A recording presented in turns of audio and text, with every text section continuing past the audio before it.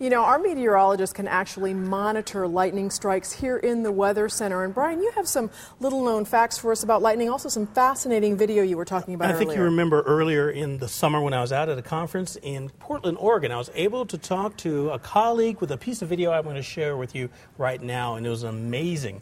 Ultra-slow video clip of a single lightning strike, and this is what happens. First of all, let's go to the computer and give courtesy where courtesy is due. The Brazilian National Space Agency took this. Now, this is in a single 0.2 of 1 second flash of light. What you're going to see here is, again, how the energy is starting to head toward the channel that will be the eventual lightning strike that will hit the ground. Almost looks like something out of a science fiction movie, how everything's coming together in one location. This is still not the strike, Kelly. Temperatures, by the way, for lightning can reach 50,000 degrees Fahrenheit, and in one fell swoop, there's your strike.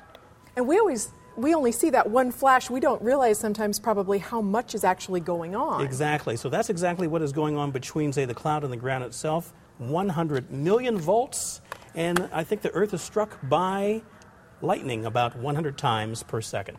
Wow. Amazing video there.